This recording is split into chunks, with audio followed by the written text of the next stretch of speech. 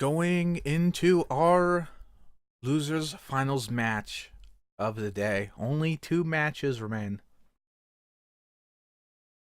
This is going to be between Kaktuskumpelz2000 and Solaris. Solaris, the dark horse in this event, competing for the first time as a team here. And making an all the way to losers finals. Let's see how they do against their Storm Riders opponent. This is going to be our first match today on Periton Rumble. Periton Rumble, probably I would say my favorite, one of my favorite maps in the game, if not my favorite map. I really like the dynamic this very low visibility cityscape brings to the game. But first off for Kaktuskumpelz2000, we have the battering ram piloted by Finks. It is a heavy carronade goldfish, left side light carronade, right side banshee. Their ally is the ye old derp wagon, piloted by Zedian. They have a left side Artemis Hades, front Artemis, right side Gatling mortar. Their opponents, Solaris, in their competitive debut, we have the Force of Chaos, piloted by a Dust Ninja, is a Hwacha Spire, dual Gatlings on the front with the left side light flak. Their opponent, or excuse me, their ally is also a Hwacha Spire with dual Gatlings on the front and a light flak. So this is 2 very powerful spires here. Holy Jesus! Oh my god, the Junker! The Junker getting dual focused by these spires. Oh my god, oh jeez. The light flaks, brutal. And now battering ram trying to make something happen against the Daybreak, being forced off by their ally, and he's gone. Battering ram needs to get out of here. He can't solo these 2 ships. These 2 ships have so much DPS. Oh my god. Oh man, he's not going to be able to. He's not going to be safe until he gets behind the building. He's continuing to take damage. This is unreal.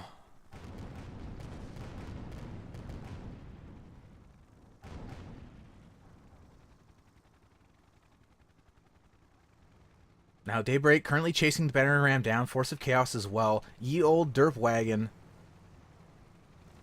is taking a pretty far flank here. It looks like he does yield derp wagon, realizing that the battering ram is pretty close to death here. He doesn't want to fully commit,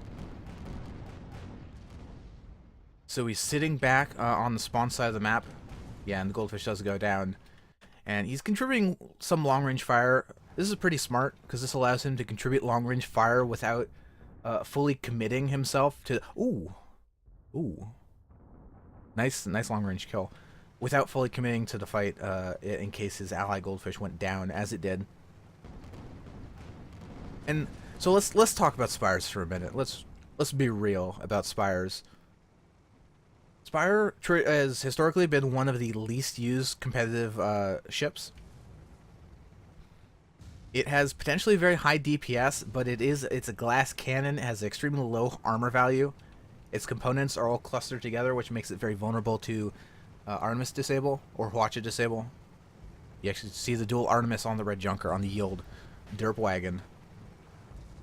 And because it's a glass cannon, anytime the spire is caught out in the open and starts taking gunfire at like long range, it will die very quickly. But what that does make it good at, it's good as an ambush ship. Because if it can close the distance, if it can get... Oh, Force of Nature getting smashed here. Or excuse me, Force of Chaos. To make the spire really work, you need the element of surprise. Because you need to be able to get into your close range gun arcs without getting them disabled. Or else you're like, if you start taking fire before the fight actually starts, you're going to die very quickly. But this positioning is very good for the Daybreak. They've actually managed to screen out the derp wagon behind the clock tower. So they've gotten even engagement with the battering ram. The Force of Nature has taken a very close spawn. So unless the battering ram is able to get a kill on a Daybreak, they're going to be dual focused very quickly here. And they do. The battering ram manages to ram the spire to his doom. But I think they are going to trade with the Force of Chaos. Dual Gatlings being more than enough to finish them off. Like, this is the dual spire team composition, not something we've seen since Russian clan Uh, Polar. Wait a minute here. Wait a minute. So a long time ago, in the first season of there's a league called the Cogs. This is like May 2013, about 2.5 years ago. And even then, people knew spiders were kind of bad.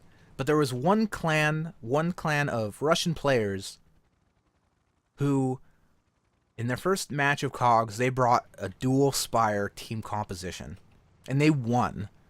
And from then on, so that team was named Polaris. And they became known as the Dual Spire team. And now we see Solaris making their competitive debut with the Dual Spire. I don't know, man. Illuminati. Oh no, Force of Chaos. Charging, oh no. Oh, charging past the enemy team and into a building that was hiding in the fog. Taking out his own whole armor, and this is a bad spot. Oh, I think this is actually just it. Daybreak's not going to be able to escape here. He's locked. His balloon's locked down. He's not going to be able to get away, and yeah, that's going to be it. What looked like an almost impressive display of dual spireship, being cut short very abruptly by Kaktuskumpelz2000. I don't know. That was a very quick match. I want to say that it was maybe 5 or 6 minutes, but you know, a good showing by Solaris in their first competitive event, and we hope to see them again.